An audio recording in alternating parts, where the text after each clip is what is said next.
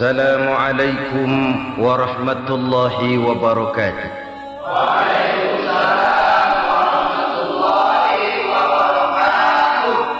Bismillahirrahmanirrahim. Alhamdulillahi rabbil alamin. Wassalatu wassalamu ala asyrafil anbiya'i wal mursalin, Sayyidina wa maulana Muhammadin wa ala alihi wa sahbihi ajma'in, amma ba'du. Saudara-saudara kaum muslimin rahimakumullah, sebagai bangsa kita tengah menghadapi berbagai bencana, baik di bidang ekonomi maupun di bidang politik. Adalah potret kehidupan sehari-hari. Kita menyaksikan peristiwa-peristiwa yang memilukan dan memalukan. PHK terjadi di mana-mana. Pengangguran meningkat, harga-harga membumbung tinggi, daya beli rakyat semakin lemah. Sementara di bidang politik, kejadian-kejadian memberikan indikasi bahwa persatuan dan kesatuan kita sebagai bangsa dewasa ini tengah berada dalam ujian yang berat. Pada jumpa kita kali ini, tanpa bermaksud untuk mencari kambing hitam dari bencana yang kita hadapi, saya ingin menyampaikan sebuah hadis yang diriwayatkan oleh Imam At-Tabrani dari Ibnu Abbas, bahwa Rasulullah sallallahu alaihi wasallam bersabda, "Khamsun bi khamsin." Ada 5 perkara yang dapat menimbulkan 5 macam bencana. Mari kita renungi hadis ini satu demi satu sebagai bahan introspeksi buat kita semua dalam menghadapi bencana yang tengah berlaku sekarang ini. Yang pertama, manaqasa qaumul ahda illa sullita alaihim aduwwuhum. Apabila suatu kaum sudah mengingkari janjinya, maka mereka pun akan dikuasai oleh musuh-musuh mereka. Sederhana saja nampak kalimat dalam hadis ini. Apabila orang sudah mengingkari janji, mereka akan dikuasai oleh musuh-musuh mereka sendiri. Dan musuh kita yang paling utama saat ini adalah kemiskinan dan kebodohan. Kenapa itu terjadi? Karena kita mengingkari janji kita sendiri. Di saat awal-awal berdirinya Orde Baru, kita pernah berjanji untuk melaksanakan Pancasila dan Undang-Undang Dasar 45 secara murni dan konsekuen. Kita berjanji bahwa kita akan menegakkan pemerintah yang bersih dan berwibawa. Itu semua pada permulaannya. Waktu demi waktu berjalan, kita lupa dengan janji yang kita ucapkan itu. Ketuhanan yang Maha Esa kita ucapkan, tapi kesetanan yang luar biasa yang kita lakukan. Kemanusiaan yang adil dan beradab yang kita dengungkan, tetapi kemanusiaan zalim dan biadab yang kita praktekkan. Sederhana saja saudara, hampir setiap pejabat pada posisi-posisi kunci, di awal-awal ia memangku jabatan itu, biasanya ia mengucapkan sumpah dengan lafaz demi Allah, bahwa dalam melaksanakan jabatan ini saya tidak akan menerima hadiah atau pemberian dalam bentuk apapun. Itu pada permulaannya. Lama-lama rupanya hadiah itu asik juga, mulai diterima. Lama-lama dirasa kurang, mulai menagih. Dan akhirnya terjadilah praktek yang disebut suap menyuap, semir menyemir, dan lain sebagainya. Kalau ini sudah menjadi kenyataan, bagaimana kita mau menegakkan pemerintah yang bersih dan berwibawa? Undang-Undang Dasar 45 menyatakan bahwa bumi, air, dan seluruh kekayaan negara dikelola oleh negara bagi sebesar-besar kemakmuran rakyat. Yang terjadi adalah bahwa kita merasa mewakili rakyat untuk menikmati harta dan kekayaan negara, sehingga rakyat banyak tidak bisa ikut menikmatinya. Menumpuklah harta itu sehingga terjadilah pepatah, gunung ditimbun, sumur digali. Yang kaya semakin kaya, yang miskin semakin terpuruk. Kita ingkar dengan janji yang kita ucapkan di awal-awal kita bergerak. Kita ingkar dengan janji pada saat kita mengatakannya dengan menyebut nama Allah, dengan mempertaruhkan nama Tuhan. Sehingga pada akhirnya jabatan pun mengalami tender. Sudah menjadi rahasia umum. Orang mau jadi lurah mesti mengeluarkan uang. Mau jadi camat mesti mengeluarkan uang. Mau jadi wali kota, bupati, bahkan gubernur itu ada pasarannya. Secara logika, kalau orang memperoleh satu jabatan karena banyak mengeluarkan uang, tentu pada saat ia mengeluarkan uang, ia sudah punya pemikiran, modal pasti pulang, modal pasti kembali. Kalau orang memperoleh suatu jabatan karena banyak mengeluarkan uang, maka langkah pertama yang dia lakukan setelah memangku jabatan itu ialah bagaimana uang bisa kembali, bagaimana modal bisa pulang. Kalau modal sudah pulang, pikiran berikutnya bagaimana supaya dapat untung. Lalu kapan mau bekerja untuk kepentingan rakyat? Itu nomor 18. Kemudian kalau ada proyek-proyek besar, pertanyaannya ialah bukan apakah proyek ini bermanfaat bagi rakyat, apakah proyek ini layak untuk diteruskan, tetapi yang jadi pertanyaan paling utama ialah bagian saya berapa duit dari proyek ini. Kita bisa lihat proyek, mega proyek lahan 1 juta hektar di Kalimantan Tengah, triliunan rupiah, dan proyek itu gagal. SD Impres bulan ini diresmikan, bulan depan retak. Jembatan-jembatan bulan ini gunting pita, bulan depan runtuh. Kita ingkar dengan janji. Kita berkata kita bekerja untuk kepentingan rakyat, tapi kita tidak pernah mengenal rakyat itu. Apabila suatu kaum sudah mulai mengingkari janji, maka mereka akan dikuasai oleh musuh-musuh mereka. Akibatnya tersusunlah barisan-barisan sakit hati yang makin lama makin menjadi bola salju, menggelinding membesar, dan kemudian terjadilah hal-hal yang tidak kita inginkan lagi. Apabila suatu kaum sudah mengingkari janji, maka mereka akan dikuasai oleh musuh-musuh mereka. Ini penyebab bencana yang pertama. Kita tidak konsekuen. Tadinya kita dengan lantang teriak-teriak berantas korupsi, ganyang korupsi. Pada waktu kita belum mendapat kesempatan. Setelah kita naik punya kesempatan, rupanya korupsi enak juga dirasa. Terjadi pergeseran nilai, orang luntur, kehilangan idealisme awal. Lalu untuk menghibur diri, menutup kesalahan, kita gunakanlah pepatah bahwa tidak ada gading yang tak retak, bahwa kita harus mikul dhuwur mendem jero.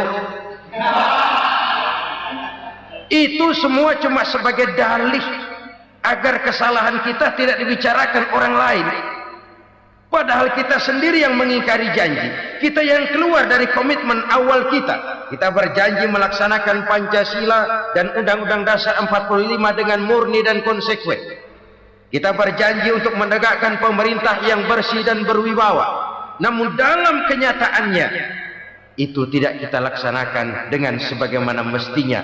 Kita bergeser, kita mengalami proses degradasi, peluncuran nilai, dan akhirnya terbentuklah barisan-barisan sakit hati yang semakin lama semakin membesar itu. Kita harus introspeksi. Memang kalau zaman sedang susah, biasanya kambing hitam laris, tukang kompor gentayangan. Itu dari dulu selalu mencari kambing hitam. Karena itu kita tidak bicara orang, kita tidak bicara siapa yang salah. Kita bicara sistem, dan sistem itu bisa mengena siapa saja. Kalau orang sudah mulai mengingkari janji, bergeser dari komitmen awal, itu sudah mulai ya mengalami proses peluncuran, proses degradasi. Ini penyebab yang pertama. Kita tidak lagi konsekuen bahwa bumi, air, sumber daya alam adalah milik negara, dikuasai oleh negara, digunakan bagi sebesar-besar kemakmuran rakyat. Ternyata rakyat yang makmur itu tidak merupakan gambaran yang menyeluruh dari rakyat kita. Undang-undang dasar kita menganut ekonomi kekeluargaan, tapi yang kita praktekkan adalah ekonomi keluarga. Kalau bukan keluarga nggak dapat proyek. Kalau bukan keluarga nggak dapat macam-macam. Kekeluargaan kita rubah menjadi keluarga. Timbullah penyakit nepotisme. Kita bergeser, kita ingkari janji, dan kita anggap kita atasnamakan rakyat. Rakyat cuma sekedar jadi address, rakyat cuma sekedar jadi alamat, tetapi kehidupan mereka tidak banyak berubah dan tidak banyak terangkat. Kaum muslimin rahimakumullah, ini penyakit yang pertama, penyebab bencana yang pertama. Yang kedua kata Nabi, wa ma hakamu bighairi ma anzalallah. Apabila hukum yang diterapkan sudah tidak lagi bersumber dari hukum Allah, illa fasya fihimul faqr, maka akan bertebaranlah kemiskinan di mana-mana. Ini artinya apa? Apabila hukum tinggal sebuah stempel, apabila hukum sudah diatur menurut kepentingan, apabila hukum sudah tidak lagi ditegakkan secara adil, maka kemiskinan merambah di mana-mana. Hukum diatur menurut selera orang yang sedang berkuasa, maka yang benar bisa jadi salah, yang salah bisa jadi benar. Hukum dalam kenyataan hidup berlaku seperti pisau. Pisau itu kan saudara lihat, yang namanya pisau dimanapun itu tajamnya ke bawah, ke atas tumpul. Kalau hukum itu, kalau untuk rakyat, hukum itu tajam bukan main, cepat sekali dilaksanakan. Tapi giliran menengah ke atas, yang gedean dikit berbuat salah, hukum tumpul. Hukum pura-pura tidak dengar. Akibatnya terluka rasa keadilan rakyat. Satu kasus rakyat diam, dua kasus rakyat diam, tiga kasus rakyat diam, kasus terakumulasi di hati rakyat. Luka rasa keadilan, dan itu menjadi sumber bencana. Penjarahan, kita tidak setuju itu, tapi kita harus melihat kausalnya. Itu kan tidak berdiri sendiri. Itu kan karena terlukanya rasa keadilan rakyat, melihat kesempatan ini tidak merata.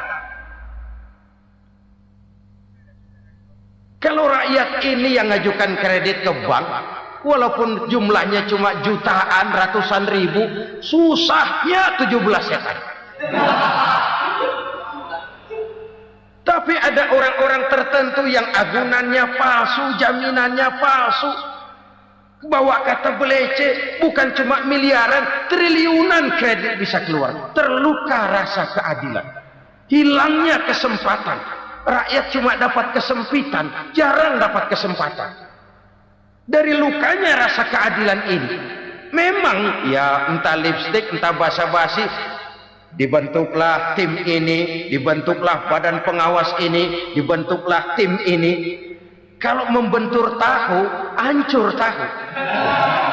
Tapi kalau tim yang dibentuk membentur karang, bukan karangnya yang hancur biasanya, timnya yang bubar. Kenapa? Yang dibentur batu karang yang sangat keras. Kita main-main dengan hukum, kita tidak konsekuen dengan hukum. Luka rasa keadilan, dan itu terakumulasi.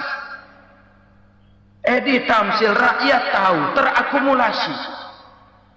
Menguap begitu saja. Kasus-kasus lain rakyat tahu, menguap begitu saja. Ketidakadilan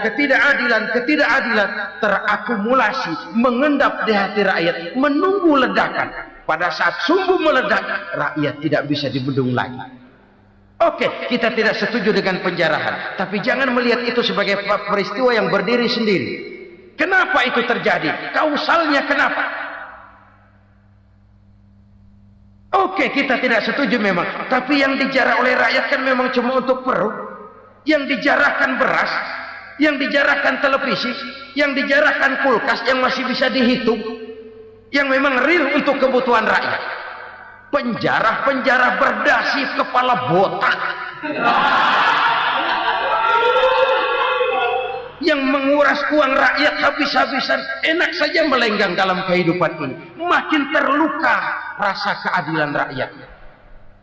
Apabila hukum yang diterapkan sudah menyimpang dari keadilan yang diajarkan Allah, fasyafihimul fakru, bertebaranlah kemiskinan. Aneh, memalukan, memilukan. Sebuah negara agraris yang katanya pulaunya hijau royo-royo, gemari palau jenawi toto tentem kertora harjo, yang tahun 93 pernah mendapat penghargaan dari FAO, Badan Pangan Sedunia, sebagai negara yang berhasil dalam swasembada pangan. Sekarang ini kita terpaksa betul beli beras dari Vietnam, beli beras ke Kamboja, beli kedelai dari Kamboja. Kenapa? Lahan sawah kita habis ditanami pabrik. Teknologi kita, teknologi loncatan yang non-applied, tidak terpakai oleh kita. Lantas lahan yang tidak bisa kita tanami, kita paksakan lahan-lahan gambut menjadi tanah pertanian yang subur dengan biaya triliunan, dan kita gagal. Kita cari jarum dan kapak hilang. Kita mau jadi negara industri dengan loncatan teknologi yang maju, kita lupakan pola pijak kita sebagai negara agraris, dan akhirnya kita kecolongan. Lihatlah dewasa ini, rakyat kita antri sembako di mana-mana. Di sebuah negara agraris, ketidakadilan melahirkan kemiskinan, kemiskinan moral dan kemiskinan material. Kemiskinan moral, rakyat nggak percaya lagi sama pejabat. Rakyat mengalami krisis figur. Orang, alah lu ngomong dah sama ember.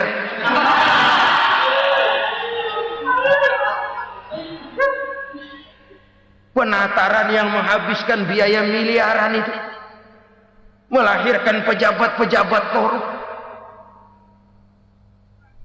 Pengawasan yang menghabiskan biaya miliaran itu ternyata impoten, mandul. Kemiskinan moral. Jujur saya berkata, saudara-saudara, setelah pintu reformasi dibuka, itu yang masuk memang macam-macam. Ada yang memang punya tujuan murni, konsekuen, dan punya konsep. Ada yang nunggu di tikungan, begitu mobil lewat nyamber pintu, berangkat ikut reformasi. Ada yang memanfaatkan momentum, mumpung, untuk nyampein unek-unek, ngerti enggak, pokoknya ngomong. Sehingga keadaan semakin rancu, kebingungan semakin menjadi-jadi, masalah yang paling urgen tidak terselesaikan. Sekarang ini orang berpikir mendingan jadi pala ular daripada jadi buntut macan. Buntut macan memang hebat macan, tapi kalau buntutnya cuma ugel-ugel di belakang buat apa? Mendingan jadi pala ular, kecil juga nyaplok. Artinya ya biar kecil juga kalau punya partai kan gagah. Lalu rame-rame bikin partai kayak bikin arisan. Orang makin mengalami dislokasi. Semua mau jadi pahlawan, semua mau nomor satu, semua ngomong. Iya kalau bidangnya, kalau bukan makin rancu. Marilah lewat kesempatan ini saya mengajak kita untuk tahu diri. Biarkan politisi ngomong politik, biarkan ekonom menata ekonomi, biarkan praktisi bicara soal hukum, biarkan rakyat munajat, istighfar, mohon pertolongan Allah. Tahu diri kita. Kalau memang ayam, kukuruyuk aja dah. Kalau memang kucing, ayo ngeong. Kalau kambing, silahkan ngembe. Udah tahu ayam, ngeong bunyinya. Suaranya palas, orang nggak ngerti, bingung, makin menjadi-jadi. Ibarat kesebelasan sepak bola bangsa kita sekarang ini, rame-rame mau bikin gol, kiper ikut nyerang sekarang. Memilukan dan bahkan memalukan. Wa ma hakamu bighairi ma anzalallah illa fasha fihimul fakru. Kalau hukum yang diterapkan sudah menyimpang dari keadilan yang diajarkan Allah, bertebaranlah kemiskinan di mana-mana. Coba sekarang ini, yang punya duit bingung, apalagi yang kagak punya duit. Yang pengusaha gede ngeluh, apalagi yang pengusaha pas-pasan. Yang kagak punya beras, yang punya beras saja masih bingung, apalagi yang nggak punya beras. Ini sudah demikian merata. Dulu kita kagum mendengar konglomerat kelas wadah.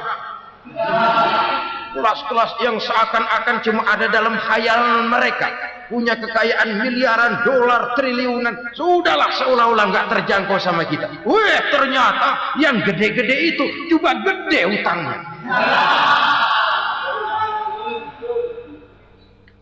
Dan rontok satu demi satu. Ternyata rakyat selama ini cuma dialamatkan, cuma dijadikan address. Rakyat yang tidak banyak ngerti persoalan ini harus menanggung hidup ini begini berat, harus menanggung beban hidup ini begini tinggi, daya beli semakin lemah, semakin terpuruk dan terpuruk, sedang keadaan belum juga banyak berubah.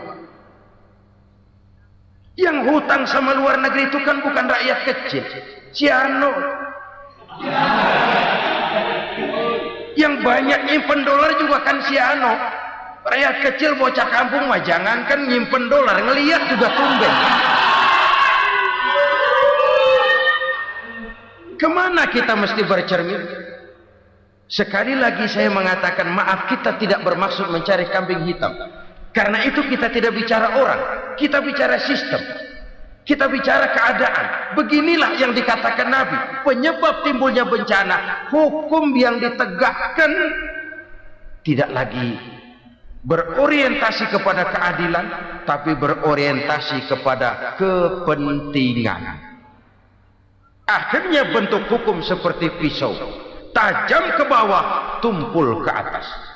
Hukum cuma buat rakyat kecil, tetapi kelompok menengah ke atas kadang-kadang kebal dari perlakuan hukum.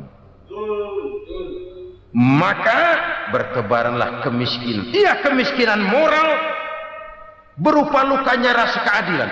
Kalau rasa keadilan terluka, orang kan nunggu kesempatan, saudara.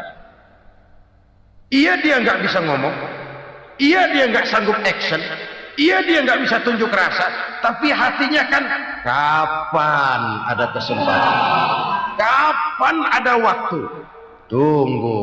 Hatinya mesti begitu, sehingga begitu ada kesempatan terjadilah hal-hal yang tidak terhindarkan. Dan itu ekses, bukan reformasi.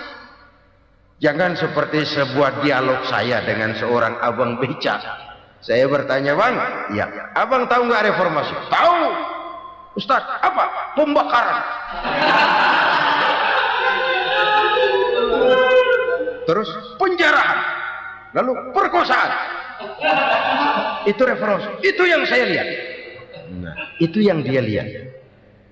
Saya tentu tidak menyalahkan abang beca kita, karena memang itu yang dia lihat dan sejauh itu wawasannya. Tapi ini indikasi bahwa banyak rakyat kita yang belum bisa menggunakan kebebasan secara bertanggung jawab. Padahal kebebasan tanpa tanggung jawab tirani. Sebuah contoh gampang-gampangan. Saya beli radio, saya setel di kamar saya, lalu saya bilang, ini radio gue. Yang beli gue, pakai duit gue setel di kamar gue, sekeras-kerasnya, gak ada urusan sama orang lain. Itu kata saya. Tetapi tetangga saya sebelah rumah kan boleh juga ngomong begitu. Kata tetangga saya, ini mata gue, yang ngantuk gue tidur di kamar gue. Kenapa suara radio lu nyampe kemari? Artinya apa ini? Kebebasan saya nyetel radio dibatasi oleh kebebasan tetangga saya yang mau tidur. Tidak ada kebebasan mutlak. Kebebasan mutlak tanpa tanggung jawab, kembali akan melahirkan tirani, kembali akan melahirkan pemaksaan kehendak. Dan itu lagi-lagi bukan demokrasi. Saudara-saudara kaum muslimin rahimakumullah. Ini penyakit yang kedua, lukanya rasa keadilan, terutama di kalangan rakyat kecil. Itu mengendap menjadi akumulasi dan menunggu giliran kapan bisa dimuntahkan. Dengan kata lain, rakyat itu udah banyak banget makan yang perutnya jadi enak, nyelam. Kapan nunggu muntahnya? Udah begini banyak akumulasi yang mereka pendam di perut ini, sehingga ketika terjadi kesempatan itu sudah tidak terkendalikan lagi. Kita out of control. Saya tidak mentolerir sikap-sikap kekerasan. Bahkan saya lebih cenderung bahwa kalau di rumah kita banyak tikusnya saja racuni, jangan rumah dibakar. Bahwa ada korupsi, ya, ada kolusi, memang ada nepotisme, tentu. Tetapi tikusnya saja racuni. Jangan rumah dibakar. Masa mau ngusir tikus bakar rumah? Tikusnya lari, tikusnya selamat, rumahnya ewes-ewes.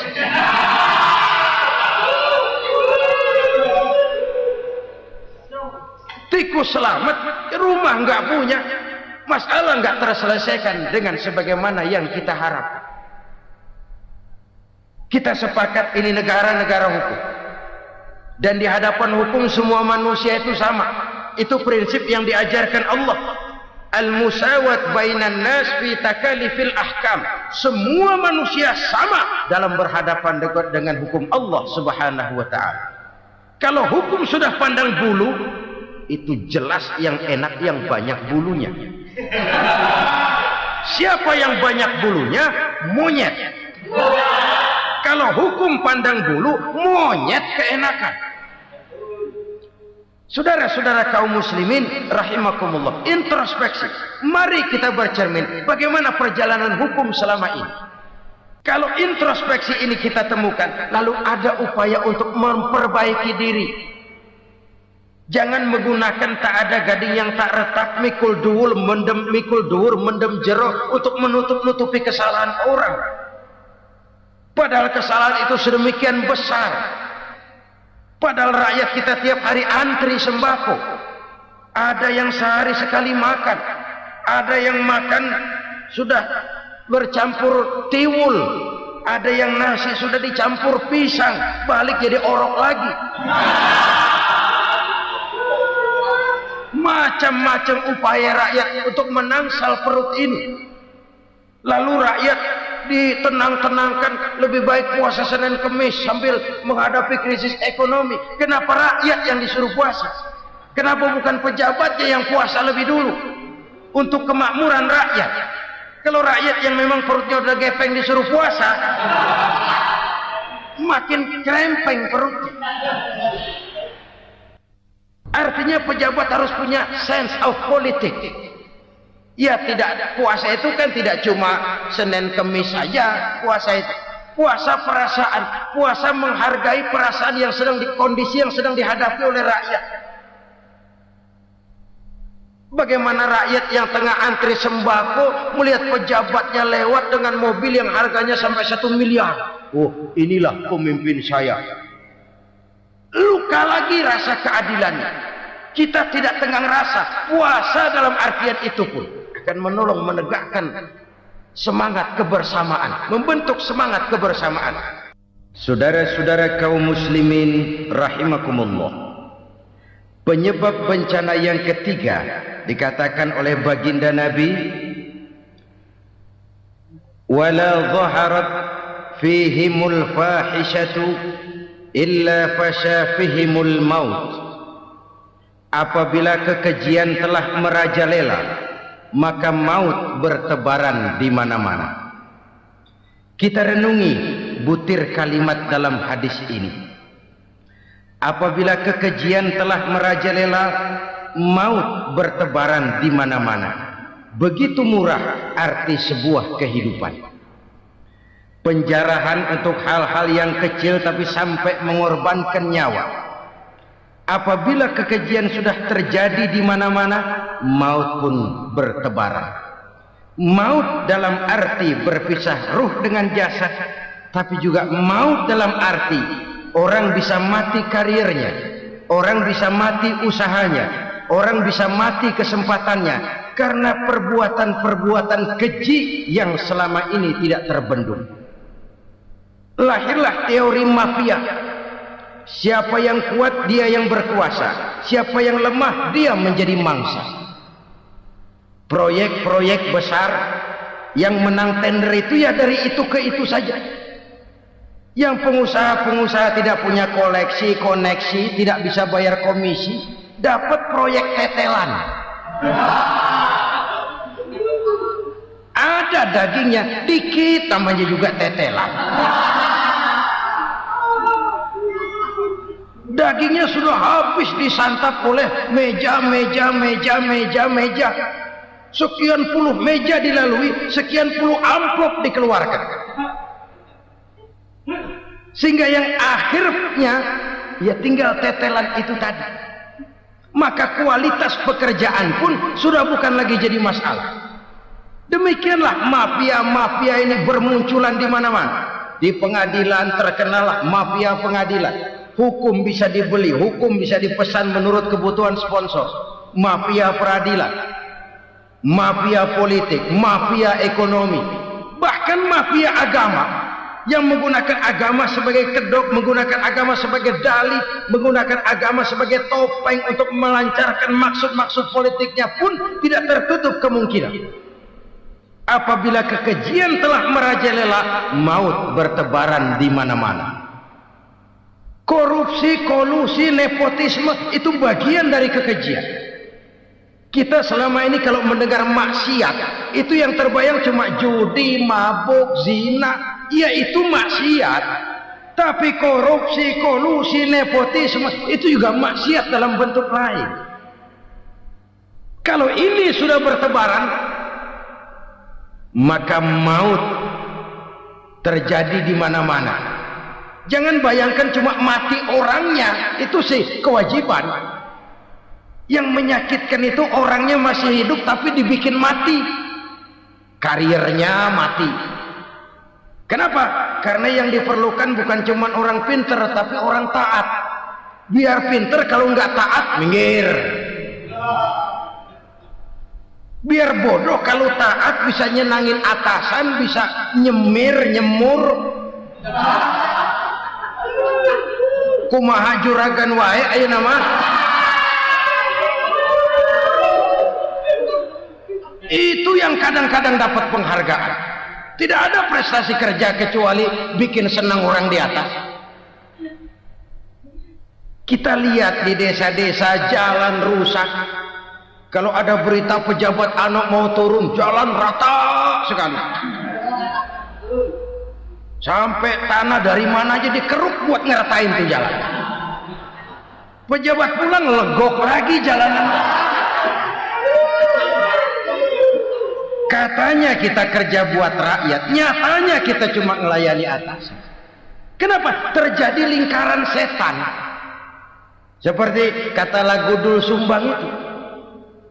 Mahasiswa takut sama dosen, dosen takut sama dekan, dekan takut sama rektor, rektor takut sama menteri, menteri takut sama presiden, presiden takut sama mahasiswa. Lah muter balik lagi. Lingkaran setan. Lingkaran setan. Saudara-saudara kaum muslimin rahimakumullah. Kekejian yang merajalela, praktek-praktek mafia yang tertuang dalam kehidupan sehari-hari menyebabkan orang mati karirnya, jasad masih hidup, karir mati, itu menyakitkan. Mati bisnisnya. Rakyat kecil pernah senang ketika cengkeh booming, harganya bagus, rakyat banyak yang pergi haji. Lalu mau ditata, lahir tata niaga cengkeh, malah amburadul. Harga cengkeh jatuh, petani cengkeh kecil menjerit. Siapa yang untung? Segelintir orang. Masihkah kita pakai atas nama rakyat untuk kepentingan nasional, padahal yang nyanyi cuma segelintir orang? Masihkah kita mau bohongi rakyat ini dengan mobil nasional tapi bikinan Korea? Masihkah kita mau bermain verbalisme, bermain kata? Ini sebuah masa lalu yang tidak perlu terulang lagi untuk masa-masa yang akan datang. Kekejian merajalela, orang mati karier. Bisa mati usaha, mati bisnis. Usahanya maju, dirangkul, hancur. Usahanya maju, dipukul, hancur, tenggelam. Bahkan yang memilukan dan memalukan badan-badan usaha milik negara itu dikebiri sedemikian rupa sehingga tidak menghasilkan hal-hal yang bermanfaat buat negara. Saudara-saudara kaum muslimin rahimakumullah, kalau nafsu yang sudah mengatur itu semua, maka kekejian pun merajalela. Orang sudah pakai teori mafia, yang kuat dia yang menang, yang kuat dia yang berkuasa, yang lemah silakan minggir di sudut-sudut kehidupan. Kalau kekejian seperti ini merajalela, maut bertebaran di mana-mana. Banyak orang mati karirnya, banyak orang mati usahanya, banyak orang mati imajinasinya. Sekarang ini dalam dunia seni yang banyak karyawan seni, bukan seniman. Seniman itu kan dilahirkan, lain seniman, lain karyawan seni. Sekarang yang banyak karyawan seni, bukan seniman. Mati karier, mati imajinasi, mati improvisasi, sehingga kehidupan persis sinetron. Sinetron itu yang kita lihat rumah mewah, yang kita lihat rumah bagus. Gak pernah kita lihat di sinetron kita ini rakyat antri sembako. Kita dijejali hal-hal yang indah, yang wah, yang membuat kita tenggelam dalam gaya hidup instan, tenggelam dalam gaya hidup wah. Kita lupa dengan realitas keseharian di tengah-tengah masyarakat kita. Lahirlah kelompok-kelompok selebritis, dibesarkan oleh berbagai media. Selebritis pilek aja masuk koran, pilek.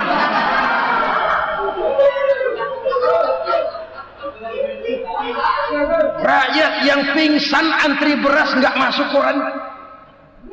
Rakyat yang semaput antri minyak nggak masuk koran. Selebritis panok masuk koran.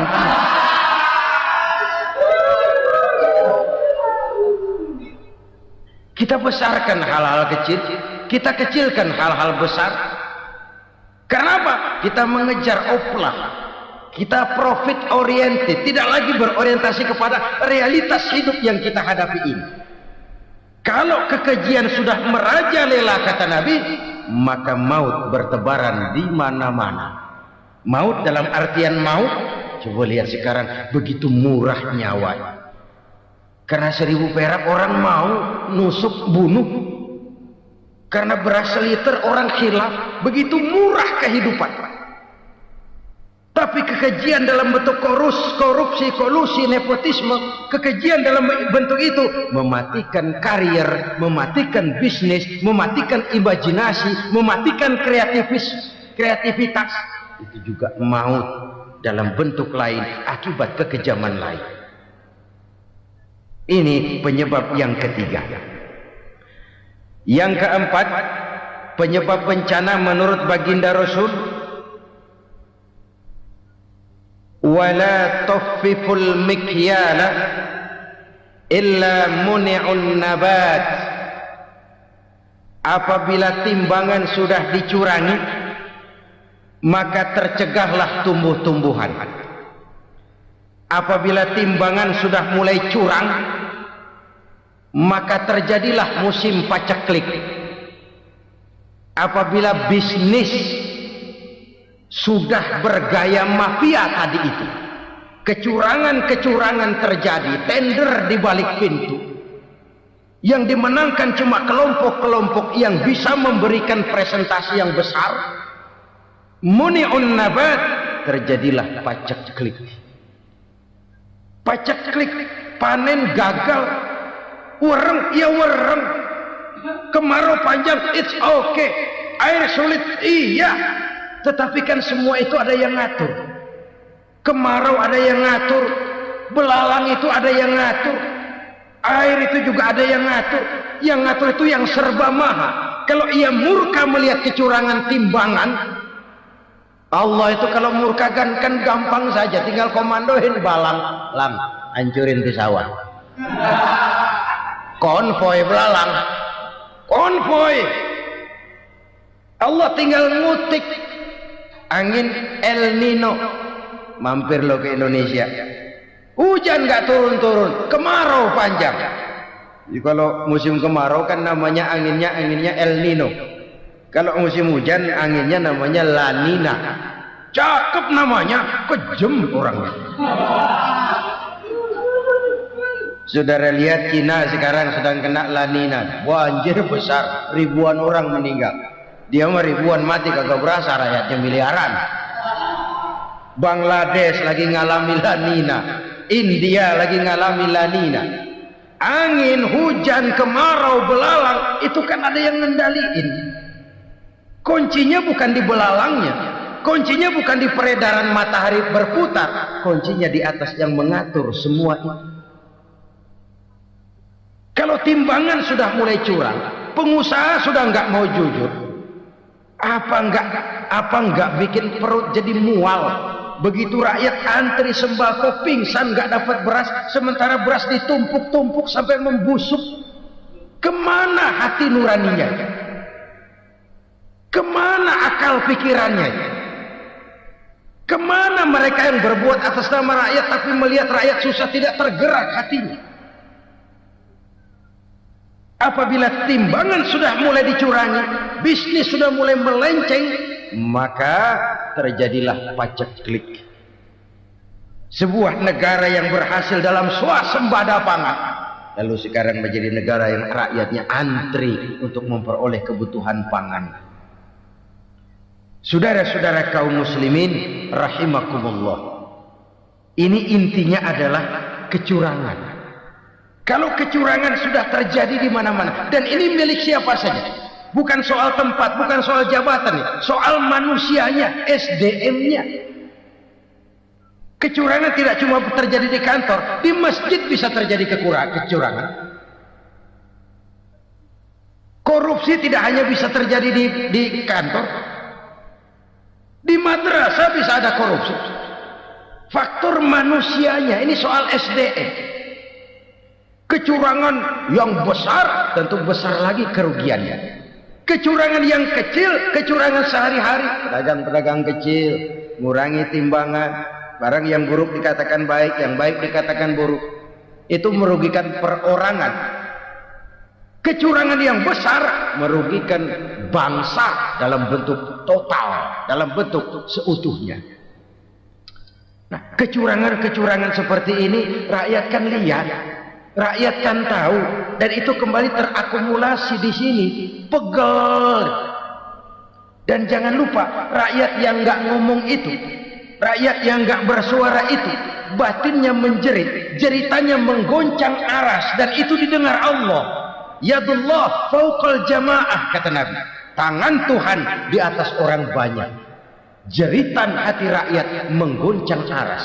Rakyat yang terlalu banyak dizolim, rakyat yang terlalu banyak dirugikan, ya rakyat yang terlalu banyak di atas namakan, menjerit batinnya, menggoncang aras, dan Allah bisa menggerakkan apa saja untuk membuat satu situasi. Allah bisa menggerakkan apa saja untuk membuat satu situasi. Saudara-saudara kaum muslimin rahimakumullah, ini faktor yang ketiga, timbulnya kecurangan. Faktor yang keempat maksud saya.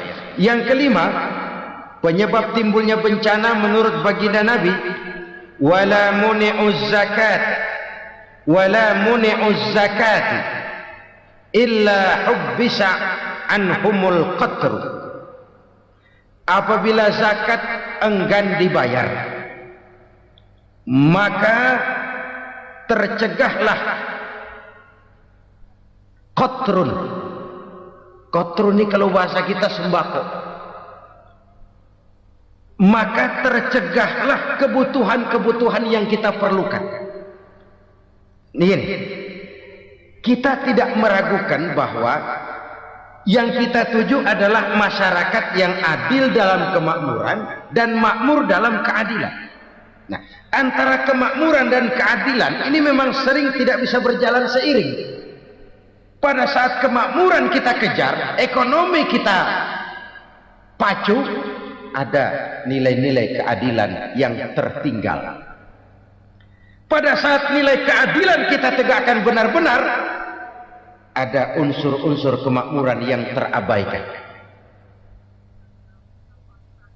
Oke, kita bisa mengatakan kasus. Oke, kita bisa mengatakan itu sebagian kecil. Tapi kalau sebagian kecil, lama-lama kan jadi sebagian besar. Oke, kita mengejar kemakmuran. Pertanyaannya, kemakmuran untuk siapa?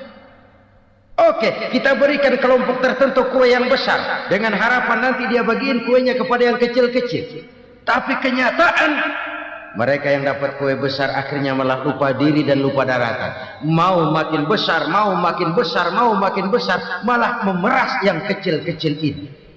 Sekarang kan yang kecil modal yang besar. Ramai-ramai buka bank, ternyata kamuflase.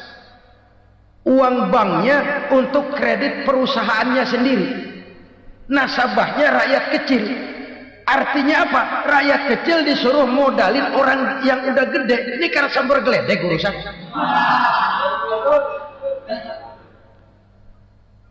Ini kan permainan apa lagi? Rakyat kecil suruh modali yang gede, nasabahnya rakyat kecil, kumpulkan uangnya di bank, kucurkan kredit kepada perusahaannya sendiri. Bukankah itu rakyat kecil suruh modali yang gede? Sudah begitu kejamkah kita untuk meraih keuntungan dengan mengorbankan orang kecil? Sudah tidak bicara lagi kah nurani kita melihat penderitaan orang yang semakin susah ini? Kalau zakat enggan dibayar, padahal zakat 2,5% saja, 2,5% saja. Kalau itu pun enggan, kalau zakat saja enggan, bagaimana pula yang namanya sedekah, bagaimana pula yang namanya infak, bagaimana pula yang namanya santunan, bantuan. Kadang-kadang lipstick nyumbang si nyumbang, cuman nyolongnya lebih gede. Ini namanya sumbangan lipstick. Buat lipstick itu kan buat ngumpetin bibir pucat. Itu fungsi utama lipstick. Buat ngumpetin korupsinya, nyumbang kegiatan-kegiatan sosial. Tapi yang dia korup lebih gede dari yang dia sumbang. Lipstick kamuflase. Nepu kata anak sekarang.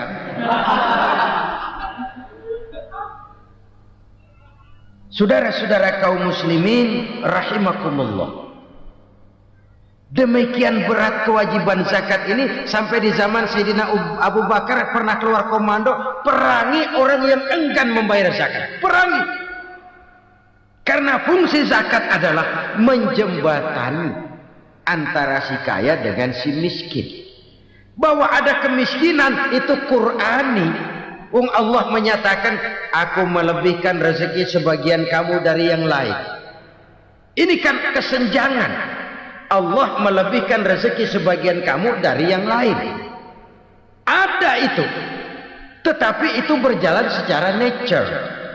Nah, kalau direkayasa, yang kaya semakin kaya, yang miskin semakin terpuruk, yang sudah besar dapat proyek besar, yang kecil dapat tetelan. Ini kan rekayasa namanya. Kesenjangan yang direkayasa ini yang kita harus kikis.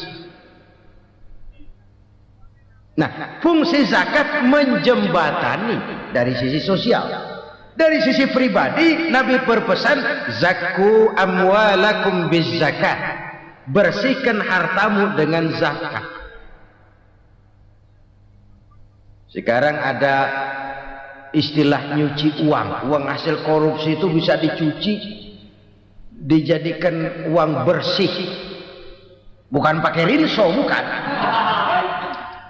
paket politiknya koruptor, diolah sedemikian rupa sehingga jadi uang resmi.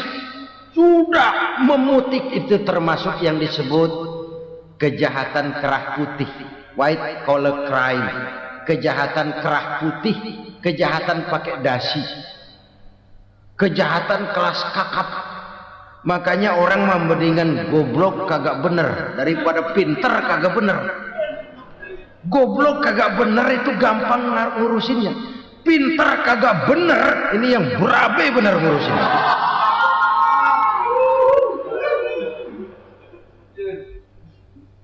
Kita bukan cuma perlu orang pinter kok di zaman sekarang, kita perlu orang-orang bener yang punya komitmen, yang sesuai kata dan perbuatan, yang bisa merasakan apa yang dirasakan oleh rakyat, yang punya sense of politik yang tinggi, yang peka, yang penuh keterbukaan, yang punya wawasan dan pandangan jauh ke depan. Dari sisi pribadi, zakat itu membersihkan harta kita. Ya, dia tercampur dengan yang syubhat, dia bahkan mungkin tercampur dengan sedikit-sedikit yang haram. Itu zakku amwalakum bizakat, bersihkan hartamu dengan zakat itu. Pada sisi sosial ia menjembatani, pada sisi pribadi ia membersihkan harta kita. Karena itu kalau kita minta berdoa minta rezeki, syarat rezeki itu halalan thayyiban wasi'an. Nggak pernah kurang dari 3 itu. Halal, bagus, banyak. Halal, bagus, tapi sedikit, susah ngaturnya. Halal, banyak, tapi kurang bagus, buat apaan? Bagus, banyak, tapi haram, enggak ada artinya. Sebab kata Imamul Ghazali, kalau kau terlalu suka memakan makanan yang haram, dikunyah masuk ke dalam perut besar, digiling oleh perut besar, menghasilkan energi, menggerakkan sel-sel pembuluh saraf, kau juga akan cenderung berpikir yang haram. Kalau sudah cenderung berpikir yang haram, perbuatan pun akan mengarah kepada perbuatan-perbuatan yang haram. Dulu waktu kelompok Jimbaran 200 konglomerat Indonesia kumpul, dihimbau supaya sekian persen kasih pengusaha lemah. Itu kan cuma sekedar belas kasihan, tidak banyak menolong keadaan. Dan bukan itu yang diperlukan pengusaha-pengusaha kecil. Yang diperlukan adalah berikan kami kesempatan seperti mereka dapat kesempatan. Berikan kami peluang seperti mereka juga dikasih peluang. Kalau cuma dikasih 100 juta, 200 juta hari ini, usaha kami nggak ada prospeknya, peluang kagak ada, kan sama juga bohong. Diceburin ke kali, disuruh berenang, tangan diikat, mendingan mampusin ketahuan. Ayo berenang, berlomba, tangan diikat, kaki diikat, sama saja nyuruh mati. Jadi jangan kasih ikannya, kasih kailnya. Yang diperlukan pengusaha kecil menengah ke bawah itu bukan cuma sekedar belas kasih dari konglomerat-konglomerat besar. Berikan kami peluang seperti mereka juga dapat peluang. Berikan kami kesempatan seperti mereka dapat kesempatan. Berikan kami kredit dengan kemudahan seperti mereka juga kalau minta kredit begitu mudahnya. Menciptakan peluang dan kesempatan, pemerataan. Bukan menciptakan manusia Indonesia dengan standar ekonomi yang sama. Semua rumahnya harus sama, semua punya mobil. Itu sih kebersamaan bebek. Bebek, coba lihat bebek. Satu ngalor semua. Satu ngidul semua. Kebersamaan bukan itu. Kebersamaan adalah menciptakan peluang. Kalau yang kaya bisa semakin kaya, kenapa yang miskin tidak bisa ikut naik jadi sedikit kaya? Kalau pengusaha yang sudah kuat bisa bertambah menjadi kuat dengan proyek mega proyek, kenapa yang menengah tidak bisa ikut menjadi kuat? Dan kenapa kekejian itu merajalela? Kita dengar lewat berita-berita PLN tekor, PLN utang, Kenapa? Dia beli listrik dari swasta yang belinya lebih mahal daripada penjualannya. Artinya dia beli itu listrik dari perusahaan listrik swasta, dia jual kepada rakyat lagi. Harga jualnya lebih murah daripada dia beli kepada swasta. Kenapa? Ada tekanan lagi tuh. Biasa siklus lagi. Hukum Boyle. Atas neken paling bawah gepeng. Ya kita nih rakyat kecil. Emang nasibnya gepeng-gepeng terus. Saudara-saudara kaum muslimin rahimakumullah. Dari 5 penyebab bencana ini kita ambil kesimpulan untuk sebuah renungan dan introspeksi kita bersama. Pertama, mengingkari janji. Padahal janji itu yang lebih tinggi nilainya adalah di hadapan Allah Subhanahu wa taala. Baik wakil-wakil rakyat di parlemen maupun pemimpin-pemimpin rakyat di dalam kabinet, apabila memangku suatu jabatan, selalu mereka mengawali dengan sumpah, dan sumpah itu dimulai dengan demi Allah. Sadarkah kita pada saat itu kita ucapkan bahwa kita sudah mempertaruhkan Allah untuk jabatan yang kita pegang? Kita sudah mempertaruhkan nama Allah untuk posisi yang dipercayakan kepada kita. Sadarkah kita bahwa menyia-nyiakan itu satu dosa yang sangat besar, yang tidak hanya kepada Allah tetapi juga kepada rakyat yang kita wakili, kepada rakyat yang kita pimpin. Cukuplah sudah rakyat dijadikan adres, umat dijadikan alamat sebagai numpang. Marilah kita kembali kepada komit awal dengan jujur kepada janji kita sendiri. Lalu yang kedua, kekejian, baik berupa korupsi, kolusi, nepotisme, dan perbuatan-perbuatan lain akan melahirkan kemiskinan. Kekurangan pangan bukan satu-satunya yang menyebabkan rakyat menderita. Lukanya rasa keadilan terakumulasi di hati rakyat, dan jeritan hati rakyat mengguncang aras. Kalau Allah murka, Allah bisa melakukan apa saja untuk menciptakan suatu kondisi. Faktor yang ketiga adalah praktek mafia menebarkan maut.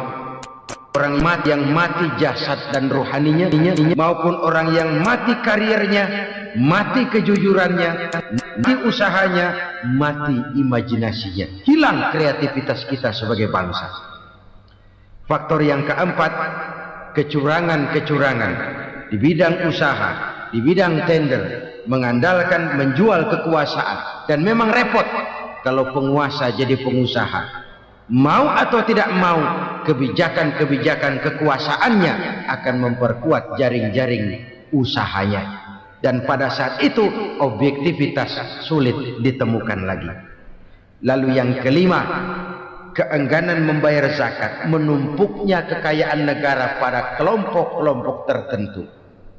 Ini akan melahirkan paceklik yang berkepanjangan. Menumpuknya kekayaan dan harta negara pada kelompok-kelompok tertentu akan melahirkan paceklik dan miskinan yang berkepanjangan.